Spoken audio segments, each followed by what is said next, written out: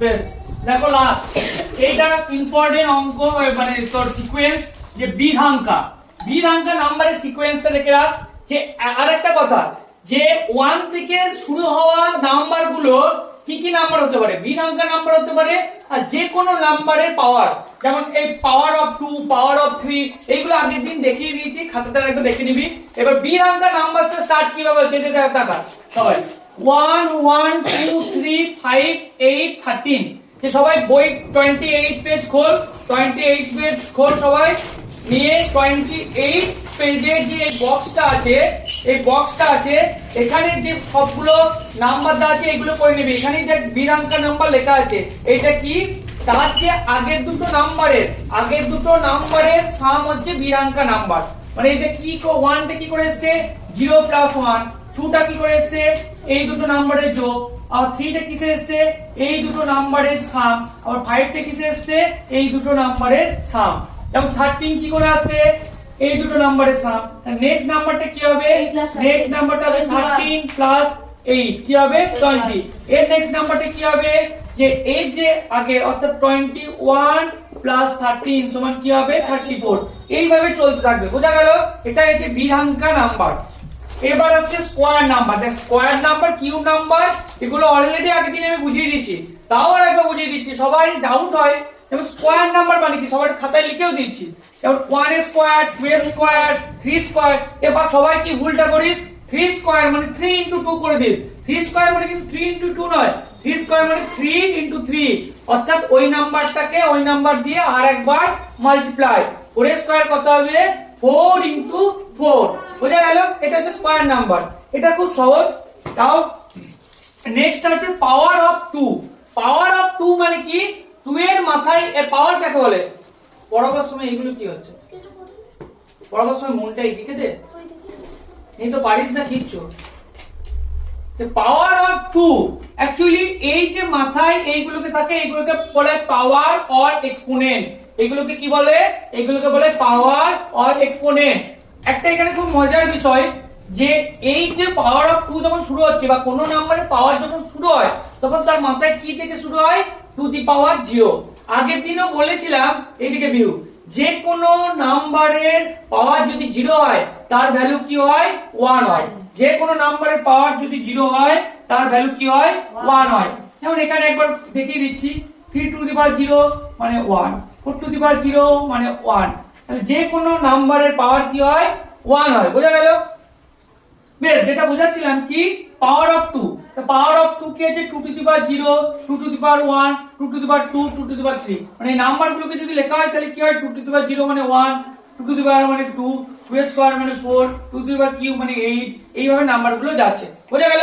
এর ফর্মুলাটা কি, এর অ্যাকচুয়ালি ফর্মুলাটা কি, এর ফর্মুলাটা হচ্ছে 2 to the power n minus 1। কি বললাম, 2 to the power n minus 1 যদি বলে fifth number in power of 2 square sequence. তাহলে কি করতে হবে, সিম্পল বা বললো find the fifth number of the sequence power of 2। সেই ক্ষেত্রে কি করতে হবে, সিম্পল বিষয় কি করতে হবে, এখানটা ছবিটা ভালো আসছে বলে আমি বুঝিয়ে দিচ্ছি। 2 যেহেতু ফিফথ নাম্বার বলেছে, তার জন্য 5 মাইনাস 1 অর্থাৎ 2 to the power 4, 2 to the পাওয়ার 4 বানাচ্ছে 16। বুঝতে পারলি অদ্রিকা? মিষ্টু বুঝতে পারলি? যে নাম্বারটা বলবে তার থেকে 1 কম নিয়ে পাওয়ার বের করতে হবে।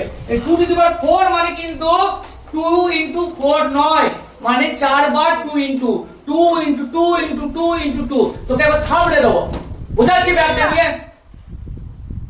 এখনো এটা চেপে লাগাতে হবে যে কি 2 টু দি পাওয়ার, কালকে তো এটাই ভুল করবি, 2 টু দি পাওয়ার 4 এর লিখে নিয়ে চলে আসবি। বাবা আগে আমি বারণ করলাম, আমার বোঝাতে অসুবিধা হচ্ছে। এগুলো তো বোঝানো হয়ে গেছে, এখানটায় একবার বুঝিয়ে দিচ্ছি যে 2 টু দি পাওয়ার 5 মানে কিন্তু 2 ইনটু 5 নয়, 2 টু দি পাওয়ার 5 মানে কত, 2 ইনটু 2 ইনটু 2 ইনটু 2 অর্থাৎ 32। এটা কালকে তোরা যদি কেউ ভুল না করিস, যে আমি তোদের সামনে কান ধরে উঠবোস করবো, কেউ না কেউ ভুল করবি। এত রাউন্ড নাম্বার বোঝানোর পর ভুল করিস, বুঝিস না বলে।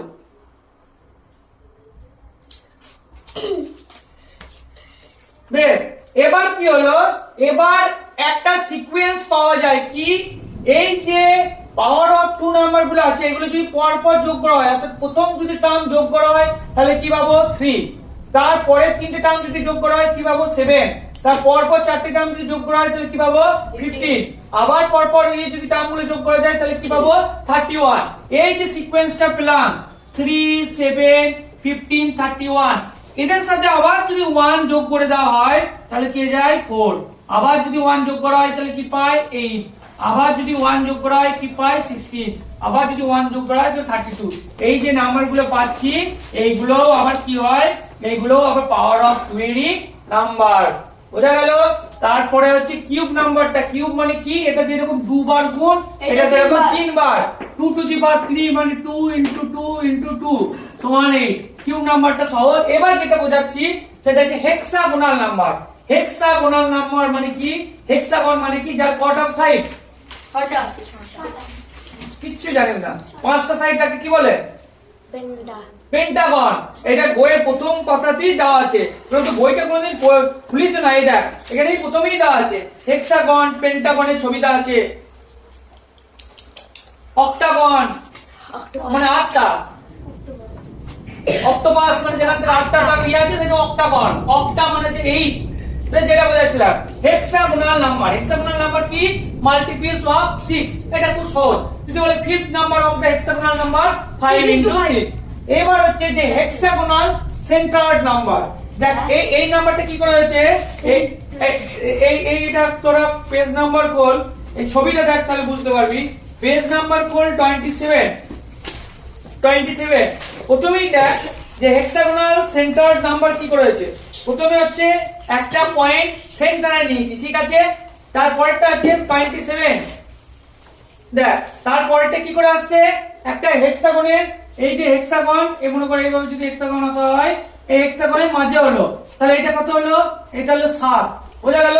তার পরের নাম্বারটা কি করে নিয়েছি, পরের নাম্বারটা নিয়েছি কি, তার পরের নাম্বারটা কি করে এসেছে, পরের নাম্বারটা হচ্ছে 19 কি করে এসেছে, দেখ 19 এসেছে তার প্রথম সিকোয়েন্স গুলো যোগ করে, অর্থাৎ প্রথম নাম্বার পেয়েছিলাম কি 7, তারপরের নাম্বার প্রথম নাম্বারটা পেয়েছিলাম কি 1, প্রথম নাম্বারটা পেয়েছিলাম কি 1, তারপরের নাম্বারটা 19 কিভাবে পেয়েছি, দেখ 19 পেয়েছি,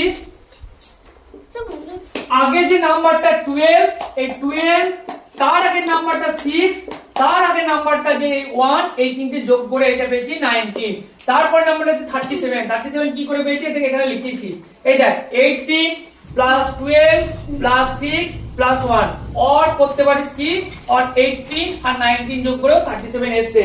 তাহলে এই যে সিকোয়েন্সটা হেক্সাগোনাল সেন্টার নাম্বার, এই সিকোয়েন্সটা বের করার ফর্মুলা কি, এই দেখ অরিজিৎ এদিকে তাকাও, এর ফর্মুলাটা হচ্ছে এটা খুব কঠিন, 1 প্লাস 6 ইনটু ব্র্যাকেটে 1 plus 2 plus 3 dot dot n minus 1, মানে এটা কি রকম সিকোয়েন্স, এটা দেখ তোকে যদি ফিফথ নাম্বার বের করতে বলে তাহলে ফর্মুলাটা কি লিখবি, 1 প্লাস 6 ব্র্যাকেটে যত নাম্বার বলবে তার এক ঘর আগে পর্যন্ত প্রথম থেকে যোগ করবি, যেহেতু ফিফথ বলেছে বলে 1 প্লাস 2 প্লাস 3 প্লাস 4 করেছি, বুঝা গেল।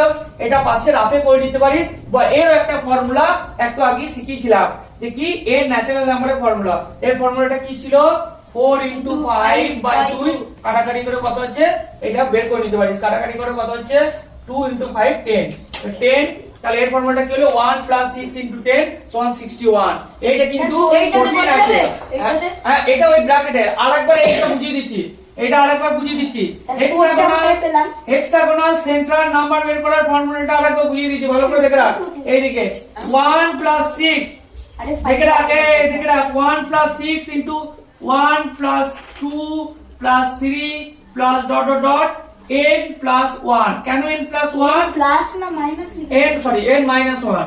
এবার কি হচ্ছে, যদি কোনো কার বের করতে বললো 6 টার্ম, তাহলে ফর্মুলা কি হবে 1 প্লাস 6 ইনটু, যেহেতু 6 বলেছে তার এক ঘর আগে পর্যন্ত যোগ হবে। এবার এই যোগটা মুখে মুখে করে নিতে পারিস কি করে, একটু আগেই শিখেছি, এটা 5 আছে তাহলে কি লিখতে হবে 5 ইনটু 6 বাই 2, কাটাকাটি করে বললে 15, 1 প্লাস 6 ইনটু 15, তাহলে 1 প্লাস 6 into 50 90, তাহলে নেক্সট 6 নাম্বারটা হলো 90। স্যার ডাইরেক্ট সেকেন্ড বের করতে পারবো না, হ্যাঁ বোঝা গেল, স্যার এই একটা সিকোয়েন্সই কার স্যার বল, ডাইরেক্ট তখন বের করতে পারবো না 1 প্লাস